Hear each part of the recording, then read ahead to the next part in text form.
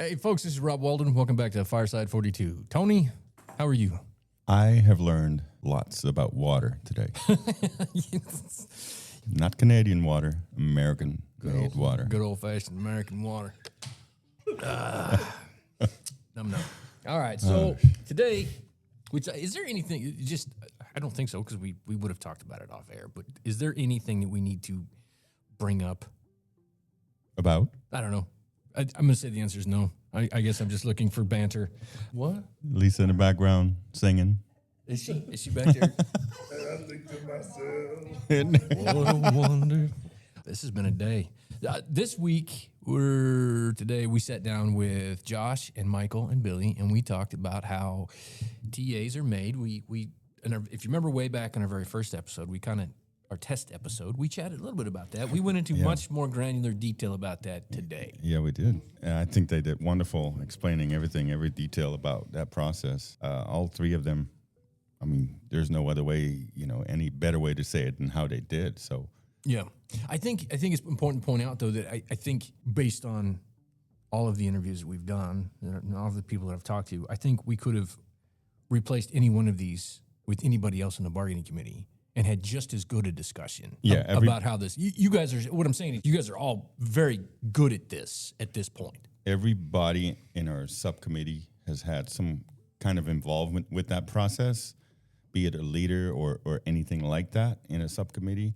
Every person on the bargaining on the subcommittee has had this experience throughout this whole process for the last year. All right. Well, let's get into it. Let's listen to what they have to say. Yep. Hey, everybody. Welcome back to Fireside 42. I'm your host, Rob Walden. I'm with Josh. Hi, Josh. Hey, Robert. How's it going? Pretty good. I'm with Michael. Hi, Michael. Hi, Robert. What the fuck was that? That was weak, man. It's because I sound super loud in my head. All right. You gotta practice just talking the mic a little bit. Quit sitting there all quiet. This is going to be a show. Hi, Billy. Hey, Rob. How you doing? I'm all right. How are you? I'm doing excellent. Okay, so today we're talking about how contracts get made, essentially, right? That's what you guys want to chat about? That's what we're gonna try to. Yeah. Let's talk about the actual bargaining process. What does that look like? Okay, so we start with the surveys that everybody did in the plant before we started bargaining. And those surveys are what created the demand list or the book. And from the demand book, we wrote our language for those demands. And from there, we bargained. We went into subcommittees and we proposed our language. The company would either accept it as is, which was very, very few, or they would send language back with most of it struck out and really couldn't explain their position. But it was a back and forth with language control. And eventually, when both sides were equally happy, it seemed, we would get a tentative agreement on a piece of language. And that's a really oversimplification of the process, but that is kind of how it works. Yeah, what Michael said was exactly correct there. We started out with membership surveys, and whatever people sent in became the basis for where we went. Some of those things we knew needed a little bit of fleshing out. If somebody said lease car, it's like, okay, well, what does that mean? We need to get into that more. If they said healthcare, it's like, well, is it the cost? Is it the coverage? What is it? So we had to kind of go down that road and figure out what was meant by what was said. So sometimes you'd have one thing that looked fairly simple. It would end up getting split into 6 different things.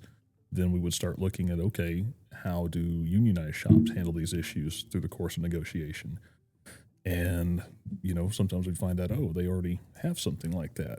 All right, so we have a whole bunch of demands, a whole bunch of wishes, and you guys had to consolidate them, clarify them. We had raw, I don't even know. It was several thousand. And we had to figure out, okay, these are similar enough to be grouped together, or this one had to be split apart, depending on how it went. And we wound up with the demand log, which is about 800 long. That's what Christina mentioned at the all team. We started with 800 initial demands. That was what we presented the company. And to be clear, a demand is not necessarily fleshed out. A lot of times it's just a bullet point with a very specific, simple ask.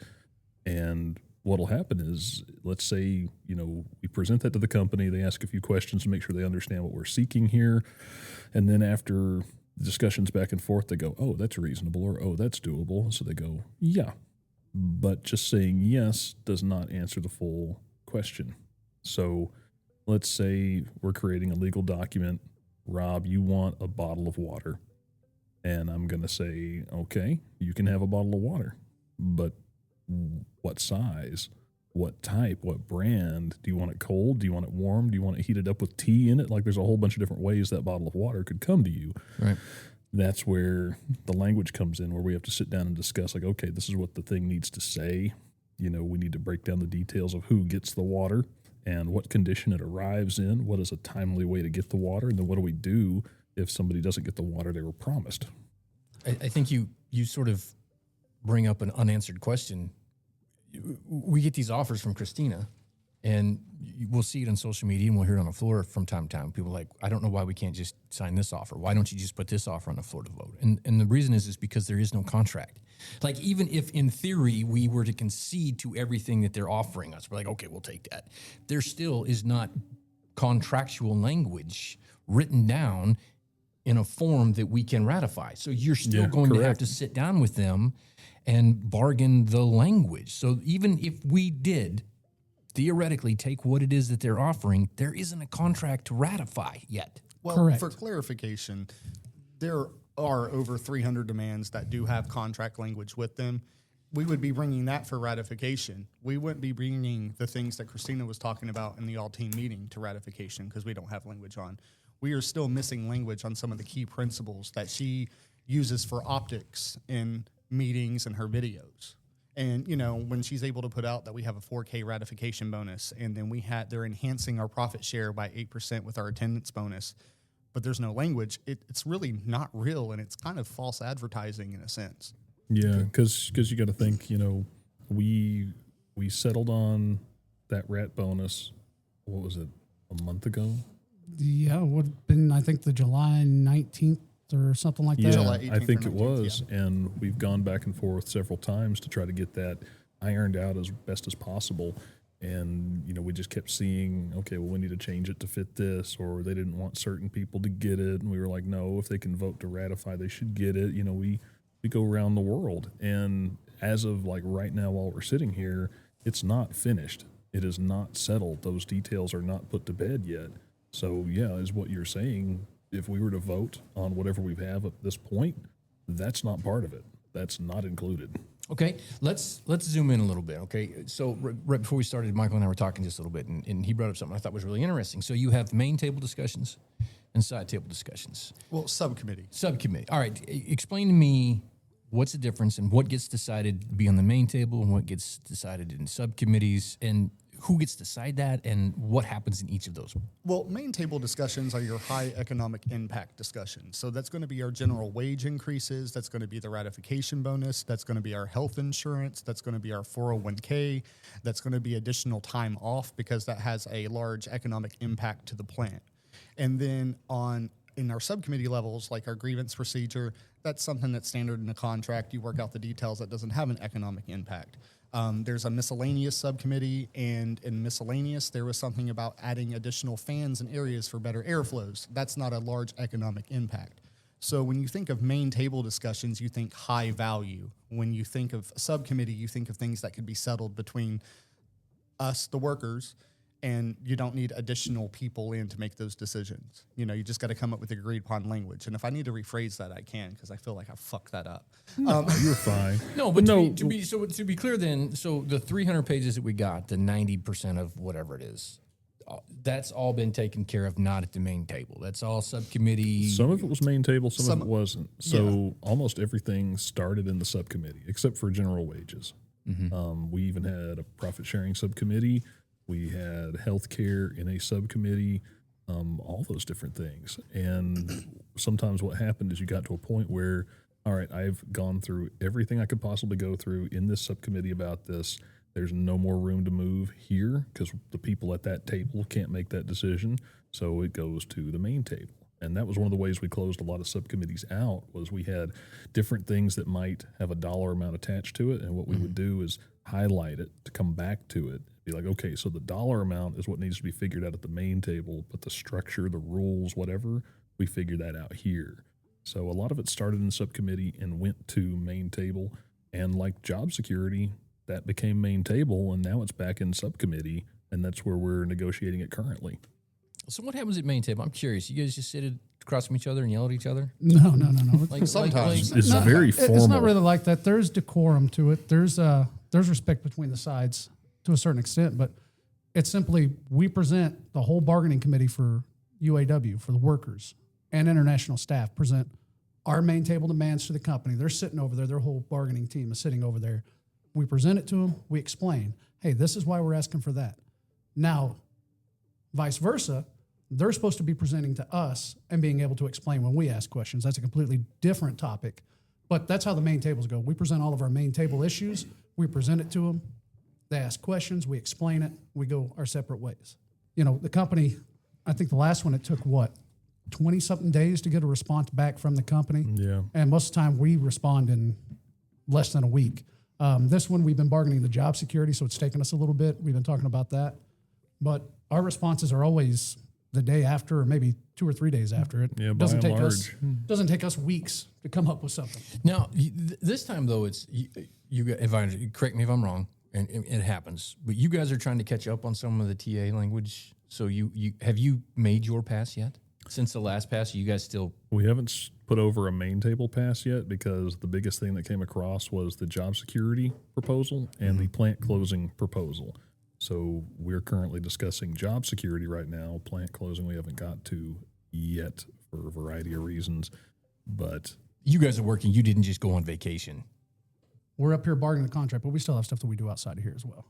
yeah, so like last week, it was all job security type stuff. If we weren't in the meeting with the company, which really was about an hour a day, but the rest of the time we're sitting here going back and forth, trying different permutations of language and things like that to make sure it works. And then whatever we do, because we do represent the whole plant, we try to get that in front of as many people on the committee as possible so that we can go, hey, what are your thoughts here? You know, I want to make sure I say, hey, Billy, how does this read to you? Does this seem like it covers it? Michael, does this match your experience where you were? Or, hey, Angel, you were in a union plant before. I need your input on this. Is this how they did it?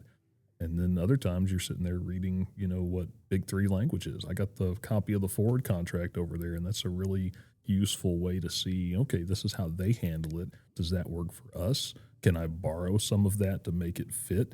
There's a variety of ways to try to make that thing go, you know. Billy? And talking about this, it kind of pivots back to the when does TA become a language? Just like Josh is talking about, bringing it back, presenting it to the committee. Now, in order for any of these TA proposals or any of these proposals to become actual TA language, it has to be presented in front of the whole bargaining committee, so all 20 people here, and we have to have a unanimous decision.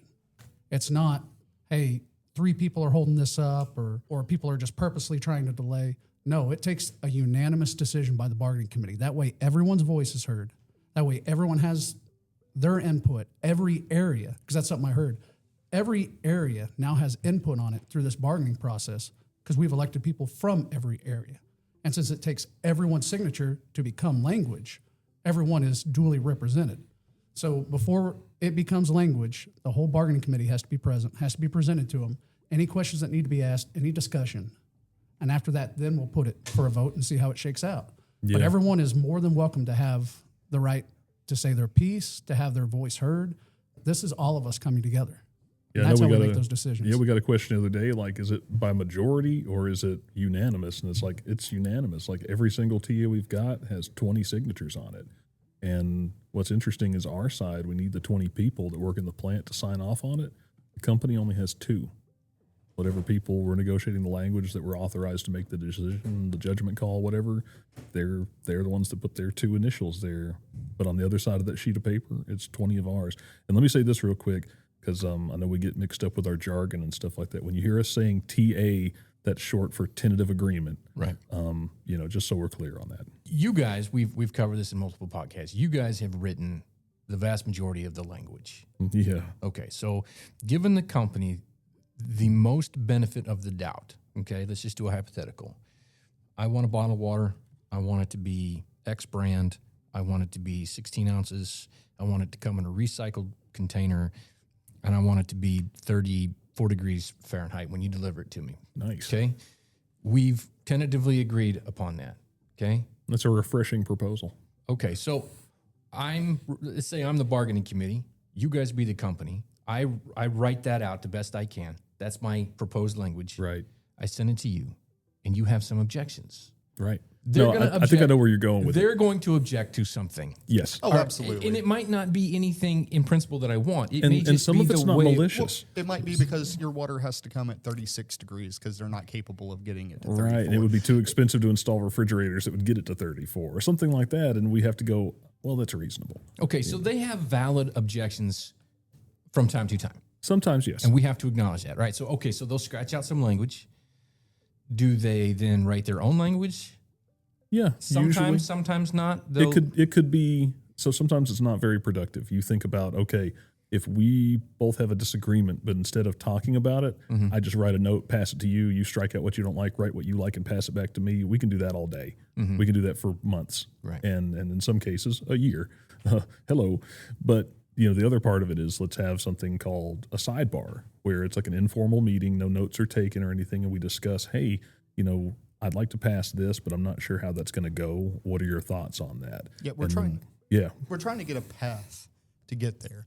When you're able to have open dialogue without formal meeting notes and such, you can be a little bit more free with the path on how to get there and try to build those relationships. Because even after this is all said and done, we're still going to have relationships with the people that we're bargaining with.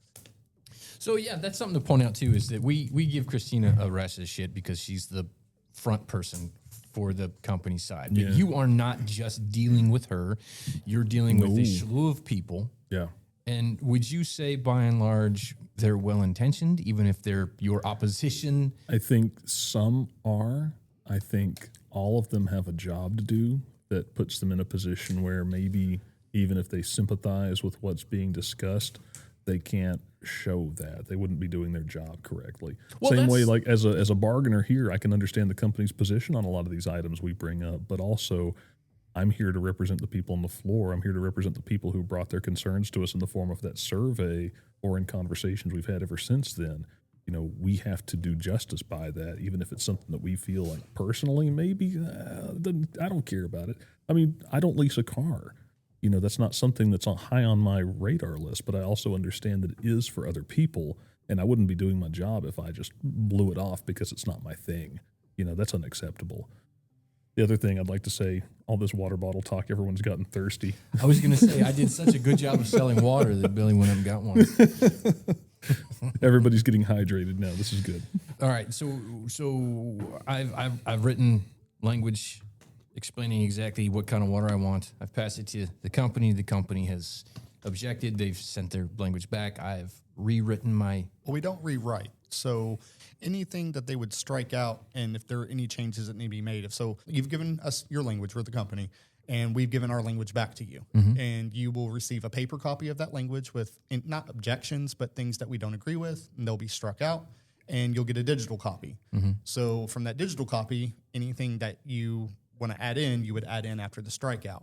And that's where sidebar discussions come in handy, where you can try to get a path to get there. And, both sides may not be happy, but that's kind of the purpose of bargaining, just happy enough. Okay, so for example, all right, in my demand, I said I wanted a case of water delivered weekly, 24 bottles of water delivered weekly. And you guys are like, well, yeah, I mean, that's a lot, right? Right out of the gate, that's a whole lot. What if we start with a 6-pack? Next year, we'll give 2 6-packs.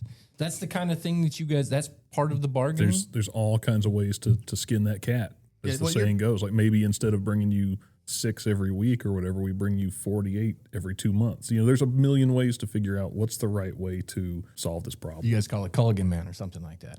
You can call it whatever you want to as long as it gets it done. Okay. The other thing, too, like what Michael was saying, is sometimes it's something that neither side is completely happy with. That's the nature of compromise because, as much as we want an agreement that takes care of, improves the lives of, and protects people on the floor, we also want something that helps the business out. We want this place to be here for a long time. We want the quality to be where it needs to be. We want the products to sell because that means jobs for people. Jobs for people means money. Like, there's no reason this can't be something that benefits both sides. Also, don't forget that a lot of what we bargain has been problem solving. I know right now the big ticket items, wages, profit sharing, healthcare and stuff, that really takes the forefront. But you have to remember, we know that there are issues inside the plant that had to be addressed and had to be rectified. We had to do our part to fix it. And that's problem solving. Hey, why aren't the lines running as efficiently as they can? Yeah. Hey, why are workers not being able to do their jobs as efficiently as possible? Do we have tool issues? Do we have part issues? Whatever that may be. I just throw that up as an example because those are all problem-solving issues. How can we do this better so we can run more cars, make more money, and make sure this plant stays open so I can continue to have money in my pocket for my family? That's the name of the game here, guys, is keeping money in our pockets to be able to provide for our families. I can't tell you how many times we were in a meeting telling a story about, well, this happens on the floor, and the person across from us is in charge of that. They go, it's not supposed to. I'm like, well, it does. So what do we need to do to keep it from happening in the future? So when you hear about the all the TAs, the vast majority of them are problem solving. How do we make it better? A lot of employees have been here for a while. We have some that are short, and we need all the perspectives because if you've been here for a while, you lose sight of some things. If you've been here for a short time, you may not know the backstory on all that stuff, but we see those things. We see the issues that need to be fixed. And that's really where we come from is, guys, we know there's problems. How do we fix it? That way it serves the membership and the company. So that way we're both successful. Don't ever forget, we're here trying to make this place better so it can remain open, so we can build better products, so we can have guarantees and job security. That's what we're here for. Yeah. Well, all right. While also improving safety and hopefully injuries within the workplace substantially decline. That's all problem solving there. Ergonomics is a big thing of part of those TAs and problem resolutions. I mean, really, I'm excited to get this contract ratified, but we need to finish up what we currently have on the table that's not finished because that's some of the most important pieces of the puzzle. Big parts. Okay, so we've solved a problem, right? I've made a proposal. We've gone back and forth on the language a little bit. We now have where I'm satisfied with what the thing says, and you as the company are satisfied with what the thing says. That's a TA. That could be a TA. So what happens? We just sign the piece of paper. At that I sign point, it. You sign it. At that point, yeah, both sides take a look at it. You know, it's nothing. There are no gotchas. There aren't supposed to be. It's supposed to be good faith, straightforward. Here's the deal. And so they'll look it over, make sure their side approves, you know, whatever that approval process is. And then we bring it back here. And our approval process is really, we get everybody in the room and we read it from top to bottom.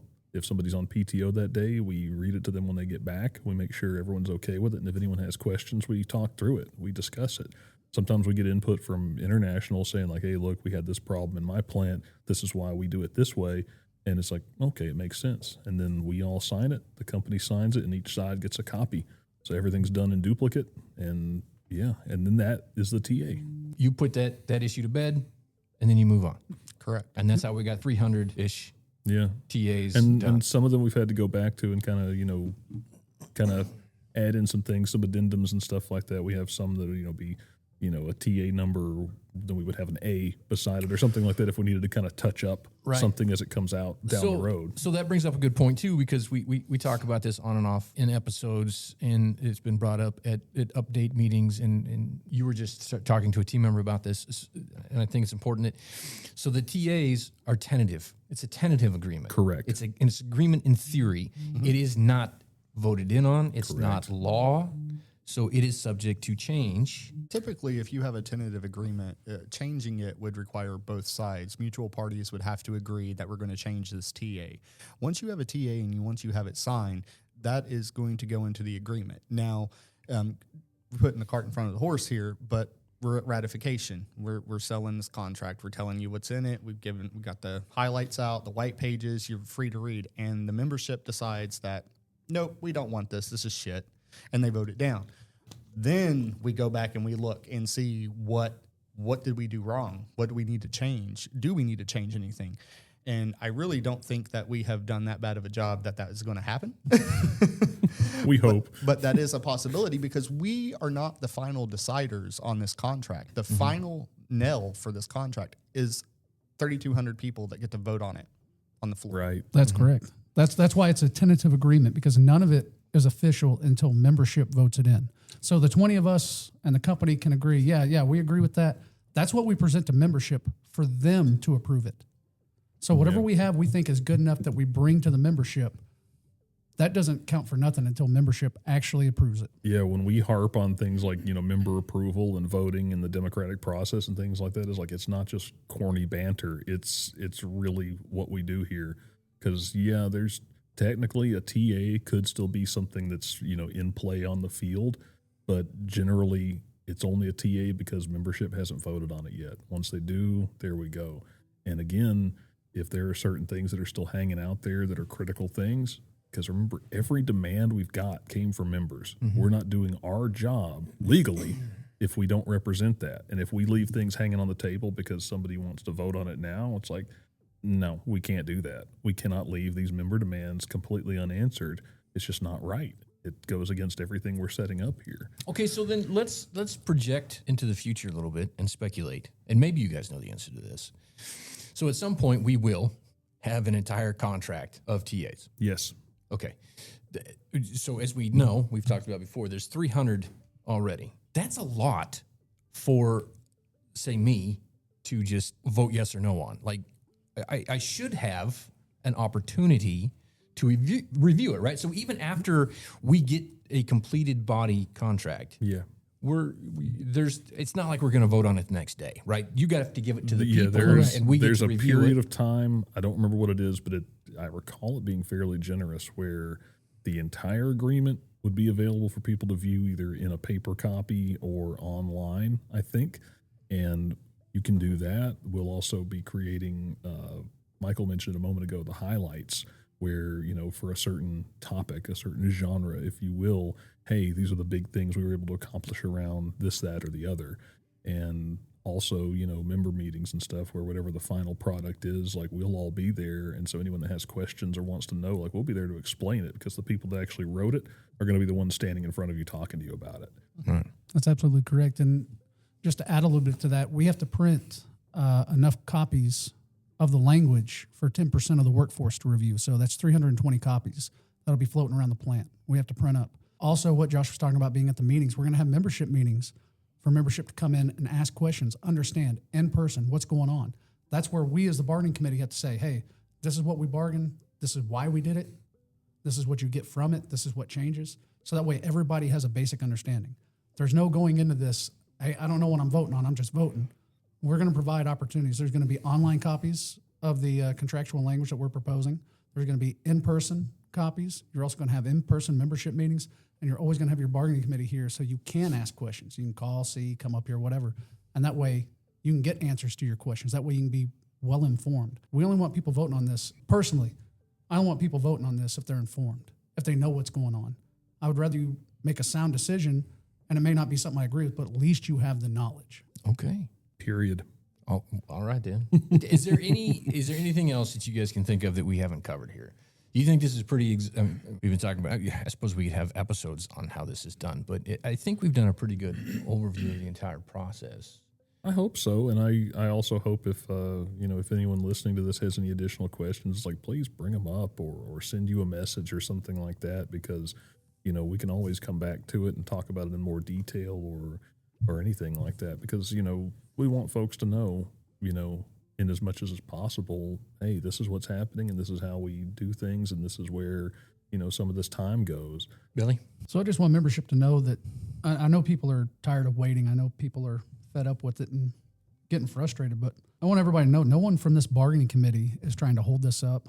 No one here is saying, hey, we're trying to ask for the impossible. What we're asking for is standard, what's deserving of the membership at this plant. We want this contract done as well. The whole bargaining committee is ready to get this over with. Every day we don't have a contract that's money that's not in our pockets, that's not in your pockets. We want to get this wrapped up, but we're not willing to sacrifice just so we can settle.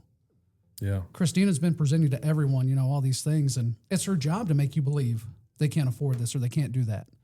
That's her whole job. That's what she's getting paid to do in this bargaining. Yeah. They haven't made any sort of a last, best, and final offer, which, to be clear, means nothing. It means we keep bargaining. But they haven't even given us what they call their last, best, and final offer, and people are already screaming, take it, take it, take Right. it. You can call it We your haven't first, even worst, pushed and them to the initial. edge It's yet still that just a name. they want to yeah. claim. Yeah. So let's be patient. Like I said, all of us want this done because we know every day on the floor is just as bad as it was yesterday. Yeah. Billy, every day on the floor is just as bad. I want it It's gonna done be until too. we have a contract. But you know what? It's like, how long have we been trying to get to this point?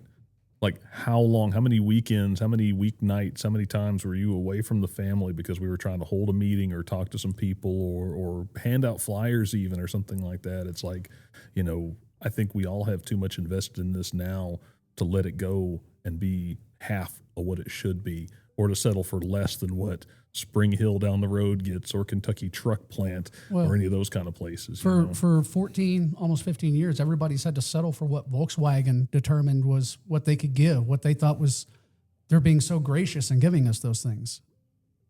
It's not that way anymore. We now have labor representatives. We're now bargaining our contract. It's up to us to decide if we think it's good enough for us, the workers, not Volkswagen anymore. So for everybody screaming, take it, hey, we've been waiting 14 years to get to this point. We've been waiting 14 years to be able to determine our own future and have a say in what goes on in that plant. Let's be patient and make sure what we have in the contract is actually what the workers of Chattanooga need and what they deserve. What they told us they need, what they told us they want. Yeah, that's absolutely true. Isn't it ironic, up into the vote, all the local politicians that said, why would you give up your say in a workplace? Like we had some say being an at-will employee. And here we are today sitting here talking about what we've achieved and that you actually have a say. You've had a say. Like the demands and the language that we have came from you. It's just amazing. Well, it's funny when you look at the narrative, just like politicians said, you're going to give up your say in the workplace. It's the same thing that Christina's trying to spin to us now, right? Like you had hey, a say we in can't the afford workplace that. You before. don't need this in the workplace. Just like they said, they could never afford profit sharing. They could never afford this. And then 2 months later, oh, and for the first time, we're going to have profit sharing in Chattanooga. Oh, well, where'd that come from? Kind of weird, isn't it? The language is still lacking on that, though. But for them to actually come, I mean, it's all the same messaging, right? Try to Right, they're distract talking and about it. displace and make you think something else. It's all a sleight of hand and a magic show. It's the same thing the politicians do. It's the same thing that Christina's trying to do to the membership right now. Talking about all these great things that we have, but we don't have language on some of them. Right. Or 2 months ago saying we can't do it. Now, magically, we can do it. And I mean, you know, that's the whole thing. The desire to be done is not the same thing as the desire to settle. Don't ever confuse those two.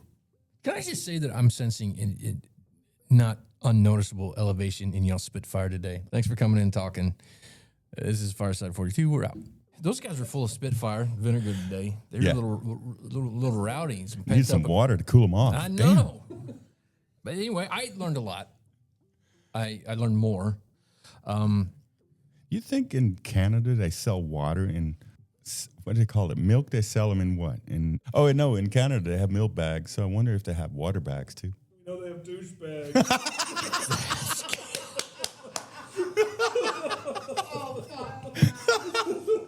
I don't know if there's anything in here usable. I don't know. We talked. Yeah, so I thought it would, Robert. I'm sorry. This is why I don't involve myself in such serious. you gotta leave some of this in. You can't kill all these darlings today.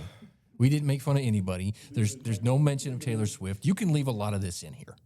We'll catch y'all next week. This is Fireside 42. We're out.